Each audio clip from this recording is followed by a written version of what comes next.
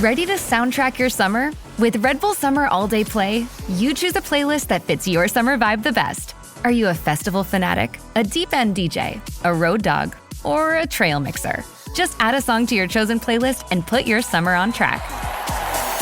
Red Bull Summer All Day Play. Red Bull gives you wings. Visit redbull.com/brightsummer ahead to learn more. See you this summer. Step on for picture. First positions, everyone. Yo, go. And action!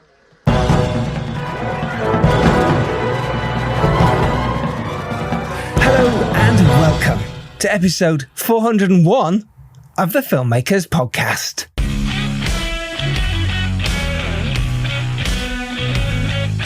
This is a podcast where we talk filmmaking, from indie film to studio films, to high-end TV, to documentaries, and everything in between. How to get them made, how to make them, and how to try not to royally F it up, in our very, very humble opinion.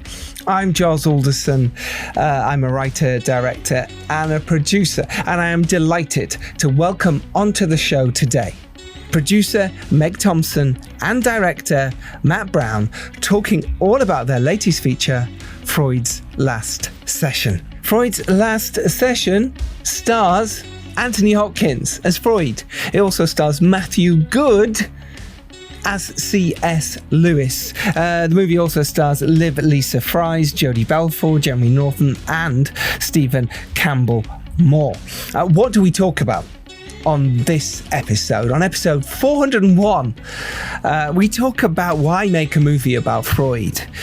We talk about why and how they only had 15 days with Anthony Hopkins and how they needed to complete all his scenes in that time when he is in pretty much all the movie. We also talk about how they only had 15 days on location and they had a different location every day. We talk about making decks, pitching to Anthony Hopkins himself to bring him on board the project. We talk about financing, UK Screen Fund and private equity. What's the difference? How did you piece those pieces together? How did they piece those pieces together? We also talk about getting distribution, getting sales with Sony Pictures Classic and Vertigo. And we talk about shot lists and directing with Matt Brown. We talk about reworking the budget and producing with Meg Thomson and what that producer-director relationship is like. The movie Freud's Last Session is out this Friday, the 14th of June in the UK via Vertigo.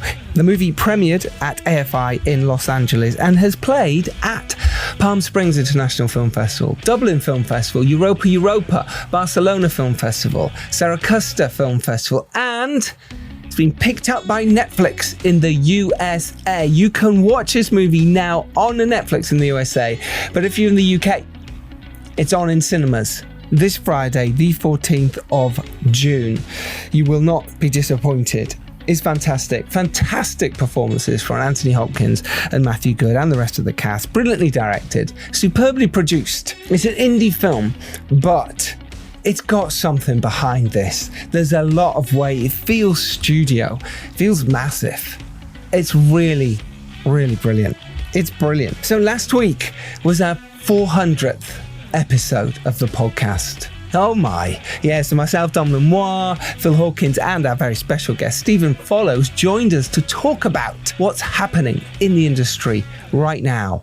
What can you do to get your film, your TV series made right now? What's happening with AI and the film tax credit? How can it help you? Both those things make your project right now. We also answer some questions from the audience as well. So if you haven't listened to episode 400, the one before this, then do listen to it after you've finished listening to this one. We had so much love from all of you amazing people, not just to say thank you and well done for reaching 400 episodes, but just because I was overwhelmed by how many lovely messages came through to say how much the podcast had helped you out there, you lovely filmmakers. Go out there and make your films and your TV shows and feel inspired. And honestly, it was so touching, so lovely to hear that.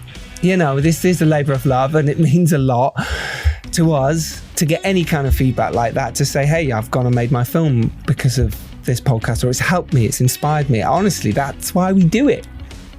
That's why we do it. So thank you for those who reached out and let us know. Shout out to Julia Lipsenstein, Max Cavanham, Stephanie Lynn, and Bryden Lando, whose movie Aloha also means goodbye will be on a future episode. I hope so anyway. Also, Michael J. Long, he emailed to say specifically how much it helped him in making his debut feature, Baby Brother, which is premiering in Oldenburg Festival in Germany. How cool is that? He's not the only one, by the way. Just reading out a few. And also a big shout out to Samuel Evans, because not only did he used to edit this podcast, but his film, Tomorrow I'll Be 30, is live on YouTube now. It's called Tomorrow I'll Be 30, and it's about a woman struggling to accept her age. And she's met with conflicting feelings of where she is in life and who she is as a person. It stars Courtenay Webster and Gabriella Tavini, and it is written and directed by Samuel H. Evans, as I've mentioned. You can find the film on IMDb or on Sam's YouTube channel. Link to that will be in the show notes. So thank you again for all the amazing love we got. Overwhelmed. If you do like this, please do like, share, comment on our socials. Just go on there and write a comment. All of it, that brings other people, as you know how social media works. So if you see us post, go on there and just write cool, thanks, thumbs up, lit emoji, don't care, just do that. And if you're really feeling kind this week, go on IMDb and put a star rating. Go on iTunes or your podcast device of choice. Not only press the plus button, but give us some love as well. If you're feeling generous, give us a lovely review. Coming up for you, we have some amazing episodes. Next week, we have House of the Dragon writer and showrunner Ryan Condell joining us. And then the week after that, we have the Bike Riders. Finally, we think we did this podcast over 6 months ago, recorded it, myself and Dom. And we are having the producer and director of Bike Riders, which stars Tom Hardy, Austin Butler, and Jodie Comer. It is directed by the fantastic Jeff Nichols, who directed Mud, and it is produced by Sarah Green. And both of those amazing people, Jeff Nichols and Sarah Green, are joining us on the podcast. So that's in 2 weeks' time. Next week, it is House of the Dragon. So let's talk about Freud's Last Session. The movie is, like I say, really cool. I love this. My missus is a psychotherapist, so this really touched a nerve for me. I've been to the Freud Museum in Hampstead, and I really enjoyed this because they've recreated painstakingly Freud's actual office, his room where he had patients, and you can go to that actual place, Freud's actual place, not the one from the movie, in Hampstead.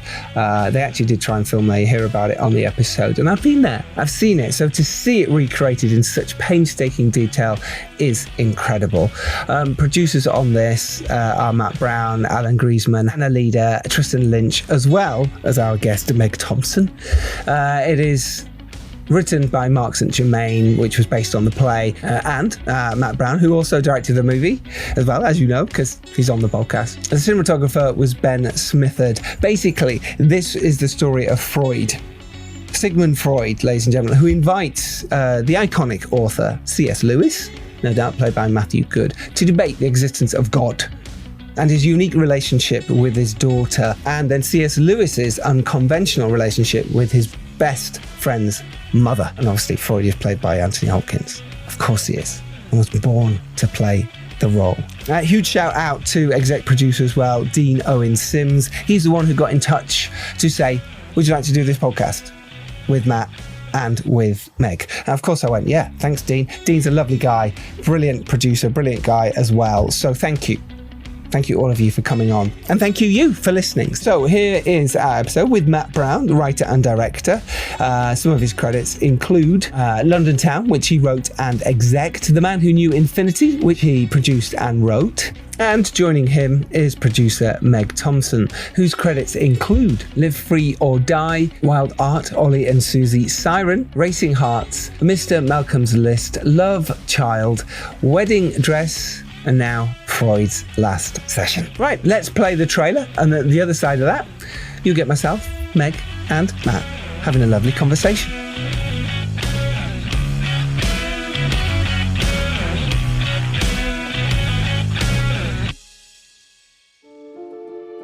Professor Lewis. Dr. Freud. I've given you up for lost. Yoffie is my personal assistant. Really? Well, if a patient is calm, Yoffie always stretches out at my feet. But if a patient is agitated, Yoffie stands at my side. What should I make of his running away at the sight of me? Well, he's also a fanatic about punctuality. Well, you have a wonderful home. My daughter Anna tried her best to replicate our home in Vienna. Forgive me, but why would you come here to see me if you disagree so passionately with my views? To make you realize that you're wrong. Well done. Good. You've insisted all your lives that the very concept of God is ludicrous. Yes. Why someone of your supreme intellect would suddenly abandon truth and then embrace a ludicrous dream, an insidious lie? Well, I wholeheartedly disagree. Well, of course you disagree. You have to disagree. Otherwise, the entire structure of your childish faith would collapse into rubble. Why does religion make room for science, but science refuses to make room for religion? Oh, please, you're breaking my heart. Because they hide behind their ignorance. You hide behind your ignorance. I think that you're afraid to feel emotions at all. Is that your final diagnosis? Fascinating. I don't know. You don't know? Well, finally, we're making progress. You lie to yourself, thinking that you can control death, the way you control your world and your daughter. Anna's dedicated to the science. Is she seeing someone? She has no time for relationships. I'm worried about my father. He has no one. There must be someone. Me. That's my girl. Truth is, you're terrified. We're all terrified. See, you bury your doubts, you bury your memories of the war. But at the core of your being, we're all cowards before death.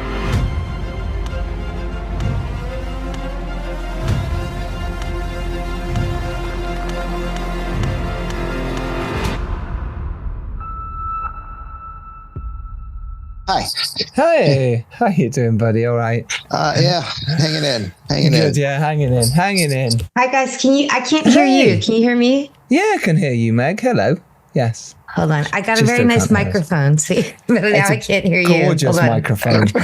It's got to be one of the best I've ever had my guests have. So first of all, look, well done on the film. I really enjoyed it. Really great. My missus is a psychotherapist. So she's a psychodynamic psychotherapist. I have been to Freud's museum in Hampstead with her. So she gasps when she saw, Freud's living room, I suppose, his area, his office. She was like, oh my God, did they film in Hampstead? So it was beautiful. You really did capture him, his world, everything about it. Great. Well, thank you so much. I mean, the Freud Museum was actually very helpful to us. They 3D printed all the things on Freud's desk, and they sent us floor plans. And Matt and I, for a while there, considered filming there. But I think what was nice is about recreating it is we were able to, have a controlled environment and, not worry that if we, messed, it sat on Freud's couch and it was actually Freud's couch. Totally. But our couch is actually now in the Freud Museum. So that's quite cool. Is it really? Oh my gosh. Yeah. That's really cool because the replication of it was incredible. It was like, oh my gosh. And that's why my Fiona asked the question, and I was like, they won't have done. And it's fascinating that you said you nearly did, because you know what it's like when it's filming. There's cables everywhere, there's mess, there's crew, they do their best, but at the same time, it's a film set. So yeah, to mess up the Freud's Museum would have just been a little bit too. For those who don't know, there is a fantastic museum in Hampstead, which is, it's where Freud lived. So it's not really a museum, it's actually his house. So everything in it is pretty much has left. They've obviously doctored it a little bit. Exactly. And Anna Freud lived there for 40 years after Freud died. So she was very much the one who kept it exactly as it was in 1939 for all those years. I mean, she lived until 1980, 81. Yeah. Yeah, she did. Yeah, it wasn't that long ago. And Matt, how many times did you visit the Freud's old house / now museum? I was there a handful of times to the one in London, and I went to the apartment in Vienna separately a ways back. But that was missing. It was kind of a strange experience because it was missing most of the furniture. I mean, only really Freud's office in Vienna was still had the original some of the belongings there. And I guess they must have worked out something with the museum in London to retain some of it. I don't know how that worked, but because obviously they moved out, so it was pretty stripped down and nondescript in Vienna. But it's an operating museum there, and they have a lot of exhibitions, and it was pretty surreal because that's really where he lived most of his life. So, or his later life, that's where the Nazis came after him, and you could really you got a sense of the history and, the idea of the giant swastika banners outside of his doorway. It was just like, oh my God, it's crazy. So, and burning of all his books and everything. Yes, it's just. I mean, it's hard to really imagine until you're in the space and looking out the window and kind of visualizing it. But the museum was amazing in London. They've been so supportive and of the film and of us. And I wish we in some ways had shot there, but it was a tricky situation. I was less worried about cables and couches getting messed up than just, we were working with an elderly, Hopkins is, 83 now. Is that right?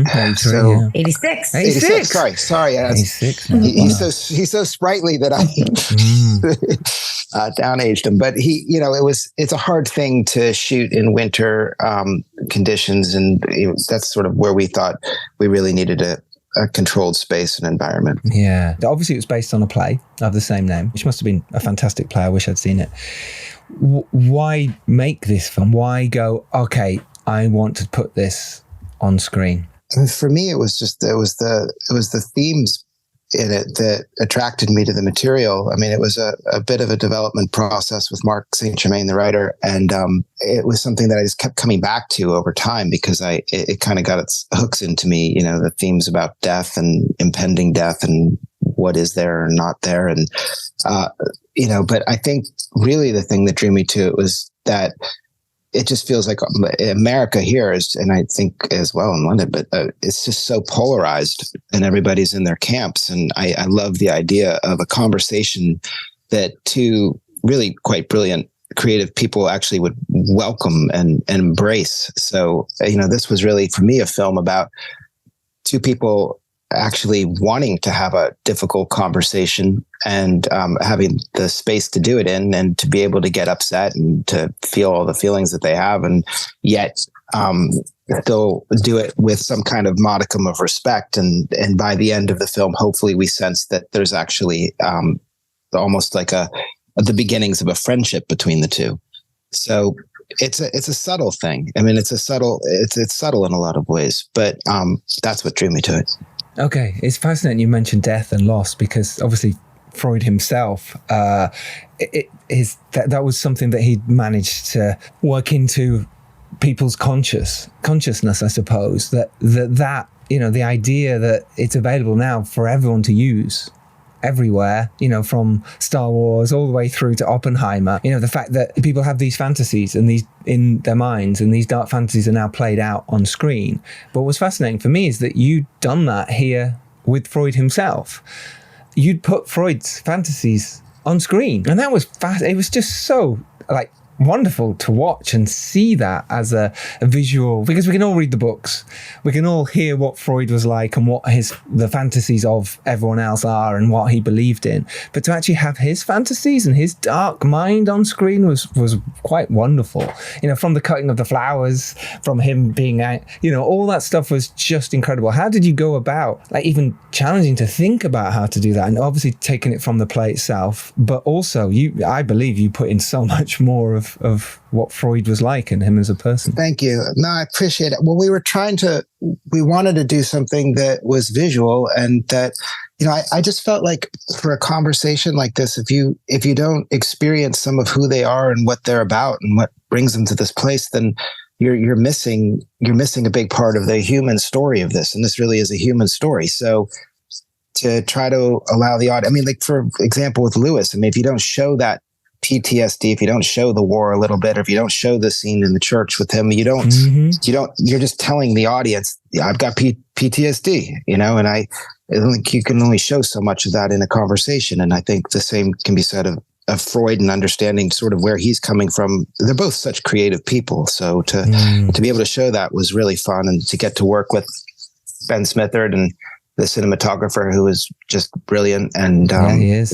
finding ways to bring that to life visually was really fun, and it was collaborative. I mean, the scene with Freud's flashback when he's in the hospital, where he's having the ether dream, I guess, and it was something that actually evolved with so many people's input, and from Ben to production side, everybody. We were just all talking about how do we show this, and coming up with ideas and being able to kind of try it, and it was great. And it evolved from something on the page to something where he's actually having his younger self, basically suffocate him, which I thought was really fun. So we played with it. You did, and it was beautiful. Those scenes, the flashback stuff was gorgeous, because I thought, okay, I can see how you could do a contained, two-hander most of the time, drama between two people. And then we had Anna Freud's stuff as well. But then you went into the fantasies and the memories, or what their thoughts of what their memories could be. And I was like, oh my gosh, this looks amazing. The forest looked incredible. The war stuff that you did with the PSD of C.S. Lewis as well was just beautifully well done. And I kept looking, going, wow, okay, what was the budget? And I kept thinking, okay, how did they do? Again, it was contained, but the way you did it felt big and interesting. Meg, how was that for you? Because obviously, maybe it'd be good to say how you two decided to do this together, and what was the process. Obviously now you've got the piece, etc., and we can maybe talk about the script writing and developing of it. But in terms of you as the producer, how do you go about going, okay, how do we make this? Because it's one thing to go, here's the script and here's all my ideas of how I want to make it, but how do you actually do it? Well, I mean, a lot of it came from what Matt saw. So, I mean, the script was well developed before I even came on. And Matt and I have known each other for many years. And, but one of the things that Matt and I did when we developed it further was it heightened the women characters quite a bit. So that was something that really came, I think, in the last years of development. But in terms of making it and in terms of creating it, it seems to just, it felt like it got bigger and bigger. Matt, what do you think? You can't get much bigger than Anthony Hopkins playing Freud, can you? I mean, that's just perfect casting. So yes. I mean, it was hard. I mean, it was a hard shoot, because we had 15 days in the studio with Hopkins. Okay. And then, which is pretty short. He was doing 7 pages a day at times. Yeah, that's a lot. At 86, or 85 when we shot it, I guess. That's challenging, and he's not using earbuds or giant cue cards, I mean, no, he's remembering everything. Yeah. It was a thing. It was a really, really, that was very challenging. And then we leave the safe confines of the studio, and we're like, we have 15 days to shoot all the other stuff. Exactly. It felt like it's a completely different movie once we started doing that. Exactly. Yes. But what was nice is we were able to do that. I mean, that first 15 days is pretty much the chronological story of Lewis and Freud together. I mean, we very much started at the beginning of their conversation and ended at the end. So that made that, at least that story, easier. And fortunately, all of the flashbacks are pretty much self-contained. So they often had a different cast or a different location. And so we could put them in different places, But it was like 15 different locations on 15 different days. That was crazy. Yeah. Oh, wow. Oh my gosh, so every day is different. Yeah, I've done that. It's really, really hard. Especially when we got very used to being at the studio and having our offices there and having our lunches there. And, it's like... It's almost best to do it the other way around, isn't it? Well, maybe. I don't know. At least you've got to know each other by that point, and everyone's used to the way of working. It was interesting also because we had really strict COVID protocols for Hopkins and just in general. And it was, March and April of last year rather. And, but so everybody was masked and we were all in a studio and it was all very quiet for the first 3 weeks. And it was like the most calm, serene place ever. And then suddenly we were outside and it was springtime and it was sunny and we had motorcycles and, it was, and war scenes. And it just felt, it was just a totally different movie. That must have been, right. So, okay. We'll come back to maybe planning that and how you actually go about doing a different location every day for 15 days. But first of all, what was the process like when you came on board, Meg, and Matt said, hey, I've got this project. This is what I want to do. It was maybe more advanced at that point, but then where do you go from there? How did you then collaborate with everyone else? How did you make it move forward as a production? Well, I mean, it was just a script when Matt and I started diving in, and then we showed it to Hopkins, and Hopkins said, "I'm going to be in London later this year. Why don't we shoot for then?" And we suddenly were like, we just turned up put it on full throttle. And I'm gonna have to stop you, right? I love we just gave it to Hopkins. Okay, let's dissect that a little bit. Well, it's funny because so Matt had shown it to Hopkins many years ago, actually, and he had passed, right? And okay, was this through an agent? Sorry, just because some eye filmmakers know out there. Yeah, so we have two producers in LA, Alan Greisman and Rick Nacita. Rick Nacita used to run CAA, and he was Hopkins's agent for a long time. Right. Okay. And so Matt had worked with Alan and Rick for a while. They had put it to bed for various reasons, and I came on board at the beginning of the pandemic. And after some script development, we showed it back to Rick and Alan, and Rick said, I think we should show it to Hopkins again. And it was funny because we'd been working on a deck, Matt and I, the designer of the deck sent it over to me, and it was like all Hopkins. And I was like, I think maybe you should put, a few other actors in there, like try Brian Cox and Jeremy Irons. Yeah. And so I actually have one that has, it's the same deck, but all of these other actors in it. Yes, and then that week, Rick had lunch with Anthony Hopkins, and he really loved the idea of it. And literally 36 hours later, he said, I want to do it. And I called that deck designer. I said, give me back that Hopkins deck. Yes. And Matt and I were like, our lives are going to change. And it was really weird. I was in Belgium. I was like location scouting on another movie because I thought I was going to make that. It also been something in process for a long time. And it was literally, I'm on the scout and I get word that the actress who's supposed to star in that movie, the television show that she was associated with, just got moved or something. So she had to push for a year. And then a half an hour later, so I'm on a scout, and everyone's like, oh my God, why are we even scouting now? Yeah, why are we here? Waste of time. And then I get a call a half an hour later, and it's like, hey, Matt, Hopkins wants to do the movie. What do you, and I'm like, what? It's so weird. Yeah. Who's calling? Literally, who did this? Universal, what are you doing to me right now? I'm like, what? Did you then have a meeting with him to talk through your version, your vision for the film? Yeah, we met and talked, and just a first meeting, and I think we were both. I think there's a lot of things that he liked about it that I liked about it. Really, I mean, we were on the same page with the kind of story we wanted to tell. I was pretty fascinated by the by the theme of death. Really, I mean, just like this is somebody who's right before they're going to die and thinking about things that they haven't really wanted to consider, before. And I think that Tony, being where he is in his life, mortality is front and center, and he's really considering a lot of things. So he was able to really lean into, I guess, the book of his life for this whole thing. So it was pretty incredible. So it began a process that went on for, I guess, the better part of a year of talking, emailing, and really just working on the project. So when you have Anthony Hopkins say yes to your film, as Meg, as you said, then you knew your life would change in that moment. What did change? How did things evolve with the project massively? What literally from going, one day we might make this and here's us trying to get things going to, we've got Hopkins. What was the next steps for you at that point? Well, we quickly brought on a sales agent, and we also started working with CA Media Finance, and we made an announcement in the press. I mean, we did really move very quickly. It's still an independent film. It's still a drama. It's still, two white guys in a room. So it wasn't like it was easy at all. I mean, and I think people automatically think that when you get a star like Hopkins, that it's just everybody lines up. And it's not that way. I mean, obviously, yes, people put it to the top of their reading pile, but, we took it to, that was last week of April that he said yes. And so we did a press release in Cannes 2 weeks later. We attached West End and CA Media Finance to sell it. And we just started talking to all the buyers and talking to all the, the financiers. But this was definitely an independent movie in the sense that it was a lot of independent financiers. I mean, we did have also Screen Ireland came on board, and the UK Film Council, their UK Global Screen Fund.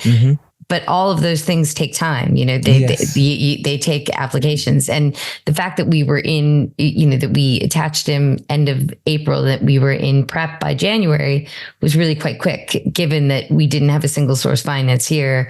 I mean, Sony Pictures Classics ended up buying the film at the AFM. So we were talking to them most of the year, but they didn't actually come on board until toward the end of 2022. Wow. Okay, that's interesting. Now, those financiers you were talking to, or the team behind the selling the film as well, would you mind talking us through that as well?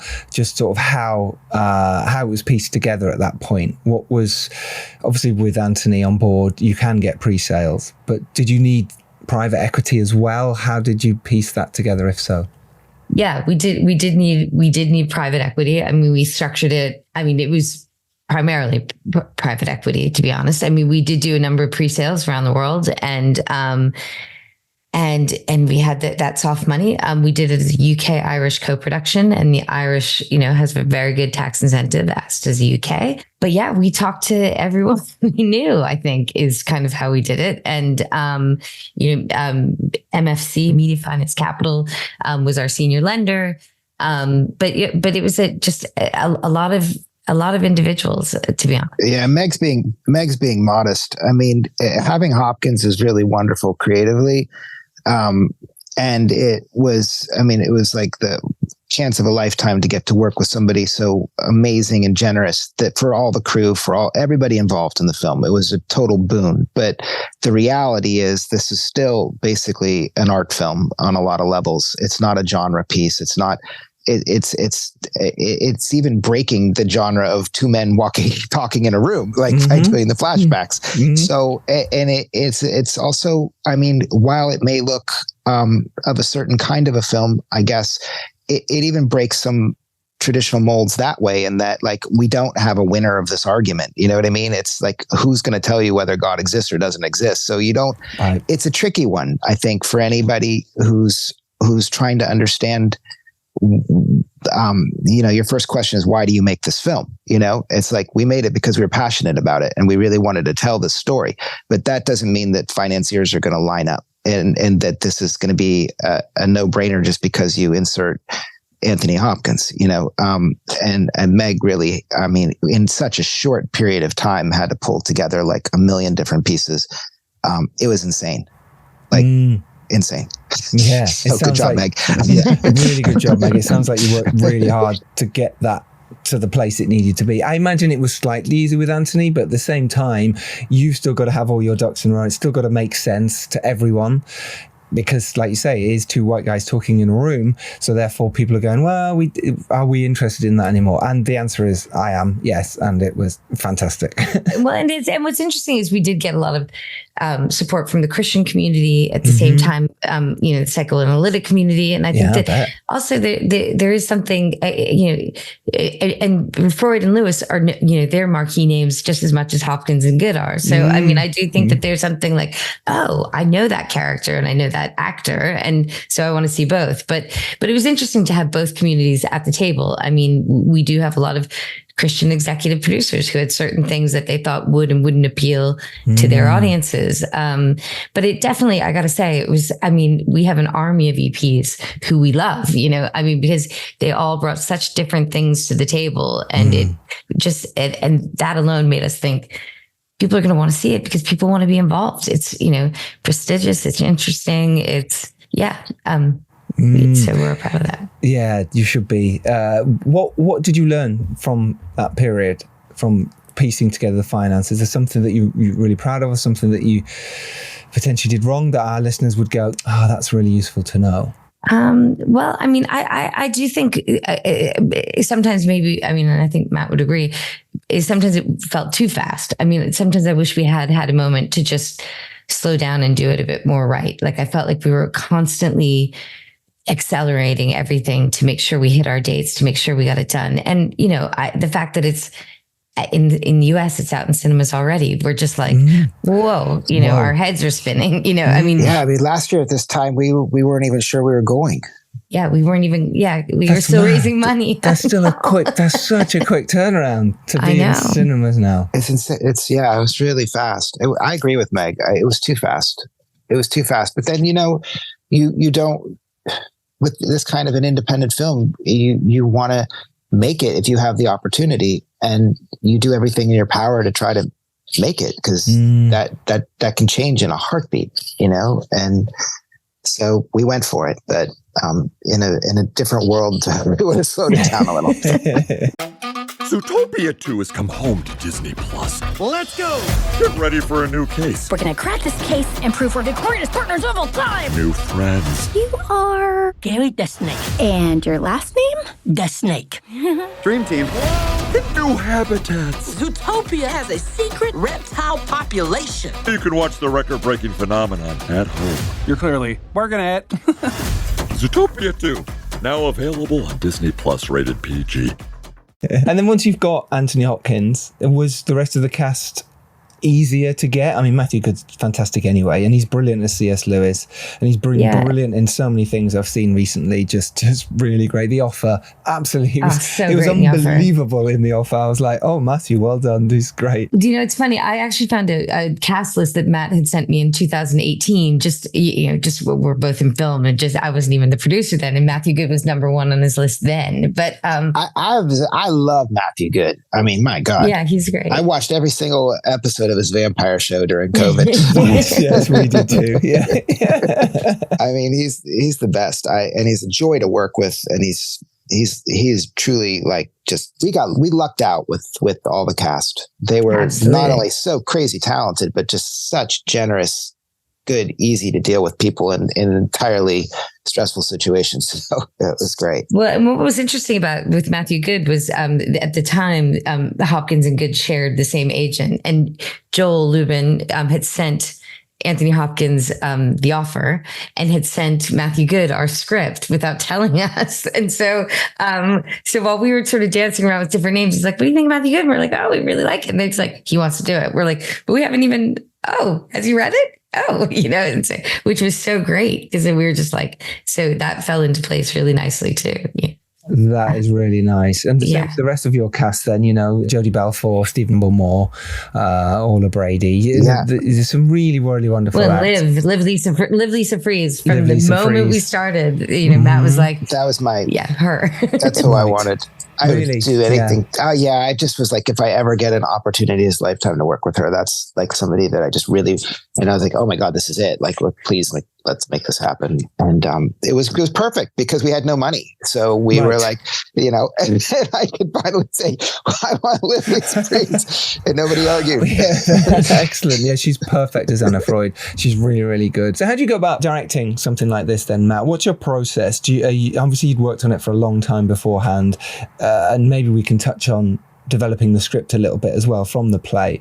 But in terms of your process, how do you storyboard? Do you shot the list? Do you think about how, especially when you've got a lot of it in one location, a lot of the film in one location, and thinking about camera moves and angles and stuff like that? What is your process? Well, it's tricky. I mean, you start to shot list, or even, I'm sitting here like I do the worst storyboards in the world. So like, my little stick men, and I'm like in one room and you're making up your shot list for how you're going to shoot for 15 days. And you're like, this is just stupid. Yeah, I know what you mean. Actually, what was great was Ben Smitherd. He's actually a fabulous artist, and he was really helpful. And he drew out like all the he has a whole methodology. I mean, I can't even explain it all, but you can Google about him if somebody's interested, and he'll show you there what he does. And it's like the biggest gift to a filmmaker in the world, because it not only helps with the crew, but it's almost a 3D version of a storyboard. So it was incredibly helpful. So we worked through the whole movie with the shot list. But as a director, I don't adhere necessarily just to a shot list. I'm much more of an actor's director, I guess, in a sense. I mean, to me, everything's about the blocking and figuring it out and then finding your shots. So I feel like, you need to know the rules to break the rules. So going in with the plan is important, and what's in your head as a writer to a degree is, that's how I see a movie is through the lens of a writer, because that's where I come from first. So I sort of have some things in my head, but it's definitely like it always evolves. I mean, that's to me the joy and the fun of filmmaking is like letting it evolve. So yeah, I mean, it was interesting because Hopkins, I mean, I think part of his process on this film was about movement. And I think it helped him also with memorization, frankly, as well, because there was so much and he just needed things to understand where we're going in his own mind. And we both talked about it a lot in terms of activating, making it not just two men behind a desk going back and forth. And so it kind of worked into the character in the script stage, which is that this is a guy who is kind of manic at times. And he's, every time you think he's going to go down, he pops back up, he's on the couch, he's lying down, he pops back up. And it's like, he's just not going to die yet. Yeah, he's not going to die yet. Yeah. So true. He's always boogieing somewhere. So we literally were, I was writing it into the script, like blocking before even rehearsals. So, which was interesting for when it is just a conversation. And then to take it further, it was like we would come up with ideas like, I'd watched Who's Afraid of Virginia Woolf, and I made the mistake of telling Tony that I watched it. So I was like, oh shit, he's going to go watch it. And I'm pretty sure we're going to have a staircase the next day.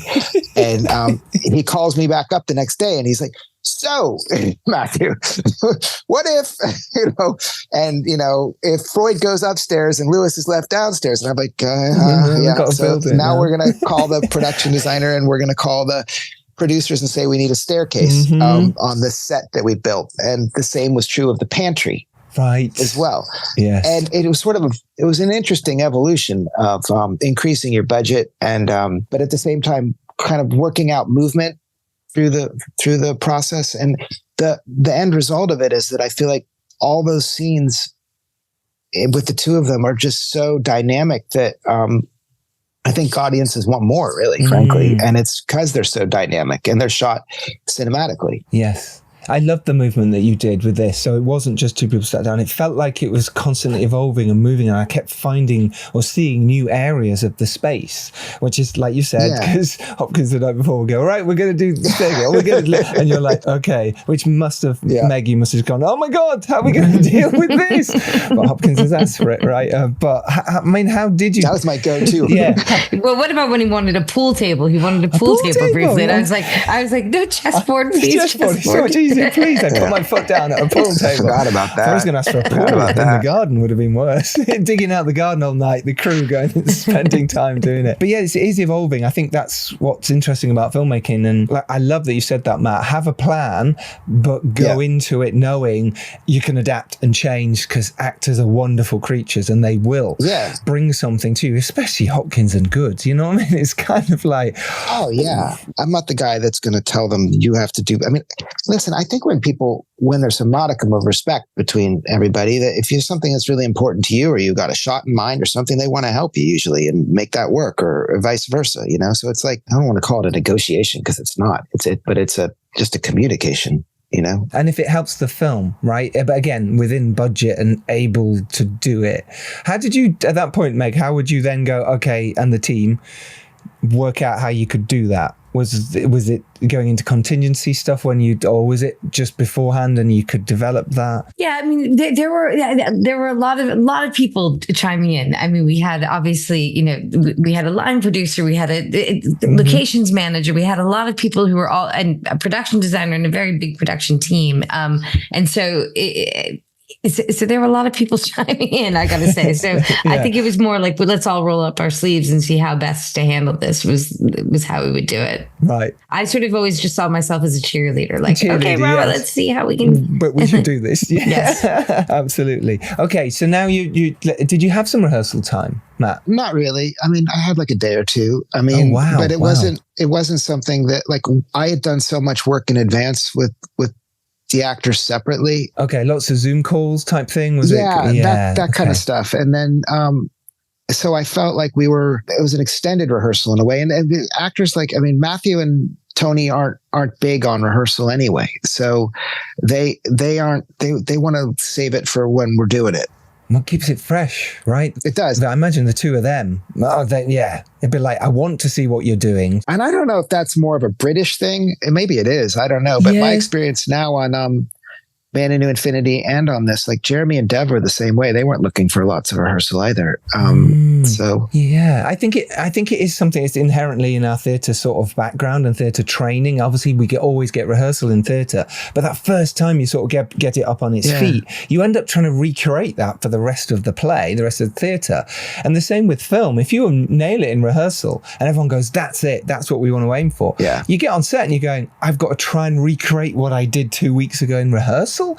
It's sometimes really tough on the actors. So by coming in going the nervousness and the freshness of these two wonderful characters as well as the actors on top of that becomes the dynamite that you see on screen, because you capture it. You capture those little flicks and the eye looks and go, "Oh, that was an interesting choice," or "What you mean by that?" It's very Freudian in itself, I suppose. You're right. And I wouldn't want to like imply that it was a lack of preparation, because there was so much preparation with the actors. And I mean, you know, but it wasn't, we didn't do it together. That's all. Yes. I understand that. So then when you came to direct them together in the scene, did you block it through beforehand, before the cameras come in, or before Ben Smitherd comes and has a look as the DP? Is that how you do it? Yeah, absolutely. We would do that. And we really spent a lot of time in the mornings kind of working it out. And then by the afternoons we were in full go, you know, because I think there was a little warm up period every day in a sense. And you did that in the morning. Was kind of like theater in a sense, in a way, you know. It was like you're working it out and you're finding your way, and then you make sure you have the camera rolling don't wait too long. You know? Exactly. So. Yeah, let's turn over, guys. Can someone please press the big red button? But these are not guys that want a lot of takes either, nor that need them, you know. So that is a negotiation, you know, trying to find ways to convince people to do more takes, you know, because. Yes, well, talk us through that, because that's one of the hardest things as directors sometimes, is giving the right kind of note. Because we can all talk a good game and start going, the character would do this, but actually sometimes actors just want that very specific note, or, you know, with another take. Yeah, I find that less is more. I mean, I'm sure everybody's got their point of view on it, and I didn't get to go to film school, and I didn't get a lot of training, so everything I've done is pretty much just either watching other people or trying to figure it out by mistakes myself. But I found that as interesting it is to kind of have long-winded responses to you on a podcast or to other people talking about it, when I'm talking to an actor, you keep it simple. You active verbs and adverb or whatever, you know, but it's just simple. You just want people to, you don't want to screw with their heads. It's very short, direct, know what you want to try. And if you don't know what you want to try, I mean, sometimes I'll say, we nailed it. I know we've nailed it. I just want to try something else. And I truly don't even have an idea right now necessarily. Like, do you want to try one? You know? But I think less is more, for sure. I love that about verbs. It's absolutely right. Little moments, you know, doing verbs. Actors love that. It's very, especially British actors, very, you know, that world makes sense. I even make a list of them before I go to set, and like I have a couple in my hip pocket just so I can have something if I want to get something across, and just remember how to say that, because, you know, the brain works differently. I mean, it's like you want to try to give this long-winded explanation, but actually that one word will tell you everything that actor needs to know how to get to that destination, and they can make up their own story for how to do that. You know, you don't need to tell somebody like Tony Hopkins or Matthew Good how to do their process. Just tell them what it is you're trying to look for with it, and they'll get it, and then they'll figure it out and interpret it. I love that. And then your job is to capture it. Absolutely. Yeah. You give them the space to do their thing and respect them, you know, and that's a big deal. And how's that for you, Meg, you know, on set, you know, you as the producer and with your team? I mean, it's so much of production is about preparation. So hopefully you don't have as much to do when you're on set. It's more about just making sure that the plan, that you're sticking to the plan. I mean, and obviously that often goes off the plan, but you hope to be thinking about the next stage while you're there. But I do think it is just basically making sure everybody's heard, making sure everybody's feeling motivated, making sure everybody's, I mean, I think that is just sort of a lot of what being there is about, and just making sure that the train is staying on the right track. I find, you know, but you never run out of things to do at all. No, you don't. There's always something. You think, oh, when everything's going perfect, I'll have relaxed time. That's going to be great. I've planned it to a T. I won't have to do anything. I can just sit and watch. No, there's something going wrong tomorrow or the day after or even that day that you have to manage. How did you find then working together in that sense? Because you said you knew each other as well. What worked? What was great in terms of when there is a problem, how would you deal with that as a team? Like, let's say the location that you wanted to do in a few days' time, or a costume on an actor in a few days' time. How would you approach that with Matt? Obviously, he's in the middle of working with Hopkins, let's say. I think a lot of the teamwork became even more apparent sort of in post, because I think that was when it's less chaos and it's more creative, and it's more about when I think it's sort of like those are the moments that, sort of the longer conversations about what you're creating and how and who you need. And I mean, that's where I think that there's more, I don't know what you would say, Matt. I mean, I just feel like at least in post, there was more time to listen and to think and to plan and to, that there's that the time on set is just, there's a lot of, it's all already planned. Do you know what I mean? At that point, I don't know. That's maybe not the answer. You go for it, Matt. No, I mean, Meg and we go back 20 years. So it's like you can have a conversation in a different way than you would with somebody else, so that's a nice thing. And you kind of know just in a look in the eyes, something, you know what I mean? That somebody else, you're having a whole conversation to try to figure out. So that's helpful. I mean, yeah, I agree. When you're in production and you're shooting a film, I mean, for me, I just really trying to create a space for the actors to be able to have a safe space to be able to work, and to be able to, for us to creatively be doing our thing. And it's, what you don't want is like 100 people around the monitor, And so, and especially like Meg, she got that and helped sort of shield me from a lot of that stuff. So that was like the biggest thing during production. And in post, then things quiet down, and then you can have more, because it's like you do the movie 3 times. You write it, then you production, and then you're creating it again in post. So, and it's nice to be able to have somebody to actually talk to creatively that you respect. So that's helpful. That's really nice and very well put. And yeah, I feel that's the important job of a producer, is to protect the director from all the crap that's happening around, so that they can get on with their job. And then if there's something really important, you go, this is a problem, but I've solved it because you can either have this or this. That's what you got to try and do. It's sometimes very difficult, but that's, I mean, it was funny because, it's a hard thing because I said to Meg in the beginning, I was just like, I just want to be loved and left alone, and like, I meant it in terms of like shooting, like that.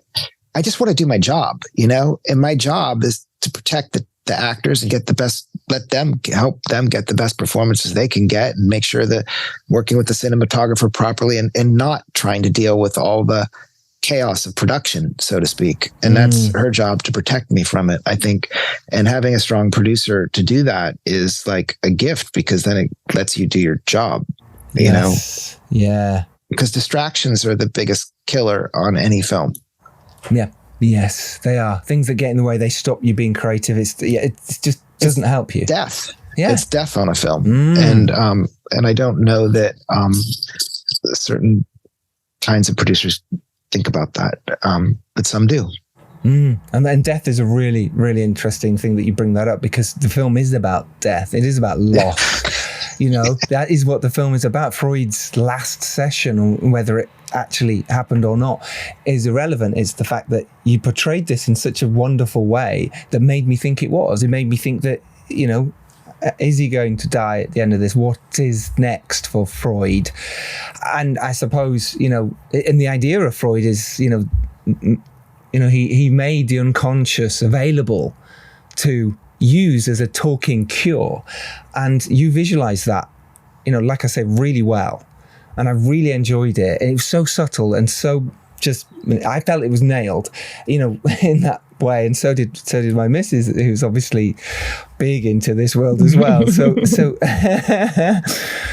what were the choices that made you think about those sequences, just briefly, in terms of all those flashbacks and that side of it, and how did you put those visualizations into the script and into your vision? I mean, that was the sort of the joy, one of the joys for me, like of the I guess part of the writing process and pre-production was that, it was a chance to do something visual with this film that maybe I wasn't able to do on my last film. And I wanted to have a chance to let the subconscious have a role in the film. And the unconscious as well. Yeah. And it's like, it's letting it's part of it's telling backstory, of course, but then part of it isn't that. And part of it is just sort of letting you into the nature of these two men. And, so it was something that I talked a lot with Ben about ahead of time. And we looked at visual references. We talked about,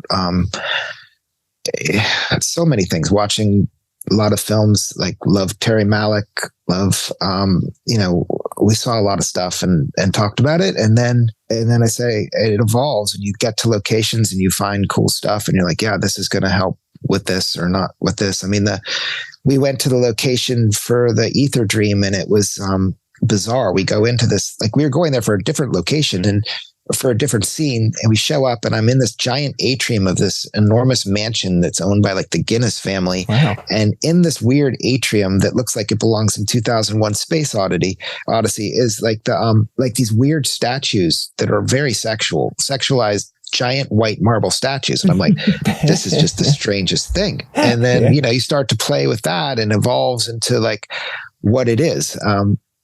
But it was coming from that place of we knew what we were trying to create. So, and however best to get there. Yeah. And you must, if you felt like you'd had psychoanalysis yourself, or at least you'd been in some sort of sessions of that and you'd researched it so well. Well, my dad's a psychiatrist. So right. There it is. Yeah. Brilliant. Because you portrayed Freud very vulnerable as well, which is an interesting side of him that I think has never, and again, it's probably in the play that way as well. But I felt that the way you directed Hopkins to have that vulnerable side, the suffering that he was going through, the acceptance of death. And that's what intrigued me about the whole thing. I mean, in a lot of ways, it's a weird story or an analogy, but like I was with I had this great dog, a Welsh Springer Spaniel.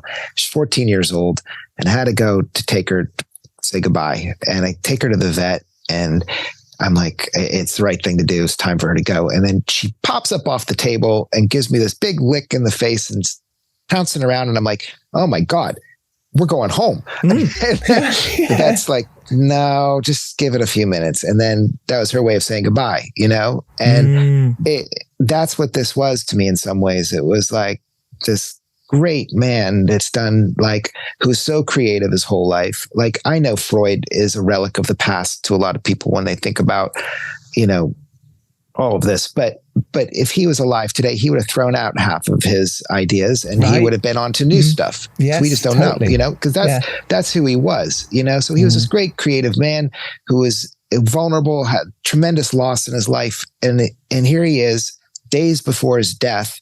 And he's having this last moment, this last burst of energy, because he is so intellectually curious that he has this young guy come by and try to hear the other side of the debate, because he's still considering it, as we all probably would, that get to the very end. And it would be great if there was something, if you're coming from the atheist point of view, why not? I mean, so I just thought that's sort of what it is in a nutshell. And that is about vulnerability, and it's allowing those moments to happen and capturing them. And Hopkins is such a brilliant actor that, he gave us a plethora of moments such as that to capture.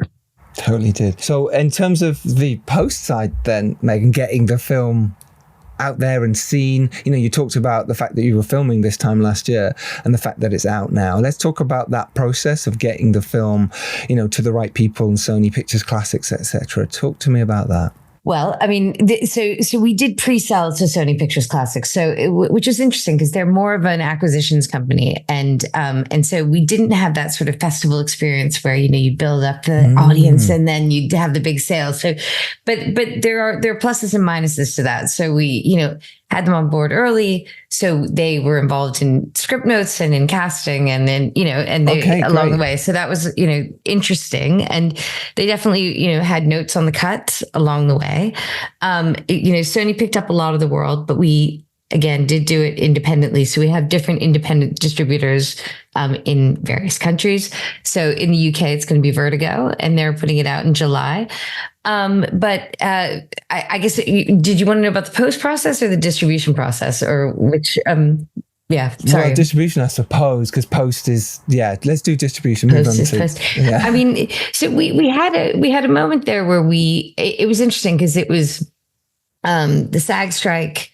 And we had always had a December 22nd release date in the US for this. And it did take a little bit longer to cut than we thought. I mean, it was just a longer process. And we were still, but we made a decision with Sony Classics to premiere it at the AFI. We thought that would be a good decision with Anthony Hopkins being in LA, that we could do the, big, he takes a private jet to everywhere else. But then we should have thought more about the SAG strike. I think that was one of our mistakes, is that it was like we didn't have the buzz of the actors all there. It was just kind of us. And we actually we were so rushed to get it to the AFI that we showed a version of the film that is not the version you saw. It was over 2 hours. And it was funny because we were all in LA and we had this great first review from Deadline. We were all on a high, and then we started hearing some critics, but and so we cut 14 minutes out 2 weeks after that, and Matt was actually 12. Well, I don't know. It went to 149, 13. That's what the difference. Let's go 13. It's 202. Yeah, it's 202, and it's 149. But Matt was actually getting married on November. We screened it on October 27th, and he was getting married, and so he was like cutting it while preparing for his wedding. Yeah, that sucked. That was way too fast. It was crazy. It was insane trying to you're rushing for AFI to basically screen it without any actors, to critics. And it's like, why am I doing this? Like, why? Why? I don't understand. And, but I understood. It was just one of those things that it was just bad timing with the strike.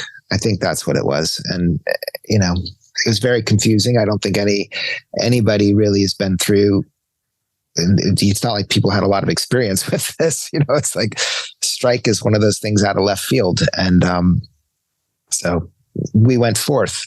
So you went fourth. So looking back now, would you try and change that? Yeah, I never had a test screening. We never had you know what I mean? So AFI was our test screening. And then, and then it's like from my previous film where we had lots of time, we did Toronto, we made changes. We did this, we did that. It was like this was so fast. I mean, within 1 year to be, like I said, this time last year, we weren't even sure we were making the film. And then to have the film already released and finished practically, that's crazy. So I think everybody at Sony would agree it was too fast. And, but I don't think it was like a lack of care. It just was a unprecedented situation of a strike and not knowing, trying to make the right decisions under a tremendous amount of pressure. Yeah, because we in the States, at least, we've come out at a time, we raced to get that, Academy consideration too, which I think that you actually need to build up the way that all of the Academy, I mean, we should be so lucky. I mean, but it's more, but to come out when Poor Things and Oppenheimer and Color Purple and everything else is coming out all at once. Mm-hmm. The little indie movie from the UK, it's harder to get that attention, even when you have Anthony Hopkins. So, we opened on 5 screens on December 22nd and slowly built up, but we were on 600 screens a week or two ago. But it's very hard to sustain that when you just haven't done that route, that festival route where you just build up the word of mouth in a way that you need to do in order to have that. So. Yeah, and it's not like a I mean, it's a thought. I think it's a thoughtful film that is it's nuanced. It's not like it's not a thriller, so, or a whodunit or something. So exactly. It's like There's no mysteries. Exactly. It's not the kind of film that you want to just sort of say, "Hey, look at me, I'm." It's you got to build that word of mouth, like she's talking about, and let people kind of discover it and see it. But we're grateful that we got a release and got a theatrical release, and and we'll get a second shot at it with the UK, within the UK, and later this year with a little bit more time and a little less rushed, hopefully. Yeah, you will. And like I say, I love this film, and I think it's going to please a lot of people. And I think especially because Freud lived here for so much of his life, there was a huge community here, as you know, because they helped you with the film. And C.S. Lewis too. I mean, C.S. Lewis, I mean, it's like... Yeah, of course. So I think, I mean, look, you've done, regardless of what happens, you've done incredibly well. I really enjoyed this film. I think whatever happens, that's all that matters. Is my opinion. Thank you. I agree. We're proud of it, and we're excited to share it with people, and I hope people enjoy it. We're very proud of it. The audiences have been it's been wonderful to watch it with audiences and see the reactions, and people. I always hope people would come out of it and actually engage in conversation, even if it's just about the film, but talk about stuff. And it's hard to do these days. So. Yeah, the big Jewish community, the atheist side as well, the Christian side. You've got wonderful niches as well that you can go to with this film as well. So yeah, that's really good. Finally, then, Matt, final bit of advice for a director who is making in your case, you've made a couple of films, but working with big actors, or just going about making your first feature or directing your first film. What would you say now, looking back? That's a tough one. I think don't do anything unless you're incredibly passionate about it, and you just go full in when you're doing it, and you don't worry about who the actors are or whatever it is. Don't change who you are, and just be yourself and go forth and do your best. Beautiful. I love that. Meg, same question to you on producing side. I mean, it's very similar. I mean, every time I read a screenplay, I always say, do you want to spend the next 10 years of your life doing this? And, even if it's a faster version, it's still going to be with you forever. So you have to say, is this something I want to always have associated with me? And that's something that's very important. And work with people you like, and work with people you trust. I mean, those are the things I would say, Brilliant, and brilliantly well put. Listen, thank you so much, both of you, for coming on. Meg Thomson, thank you so much. This is really appreciate your time chatting to us. Really appreciate Dean sorting this out as well. Yes, thank you. He's one of our most beloved executive producers. So yes, thank you, Dean. He really is. Yeah, he really is. He's awesome. Oh, that's awesome. And Matt Brown, thank you so much. Yeah, thanks for having me, man.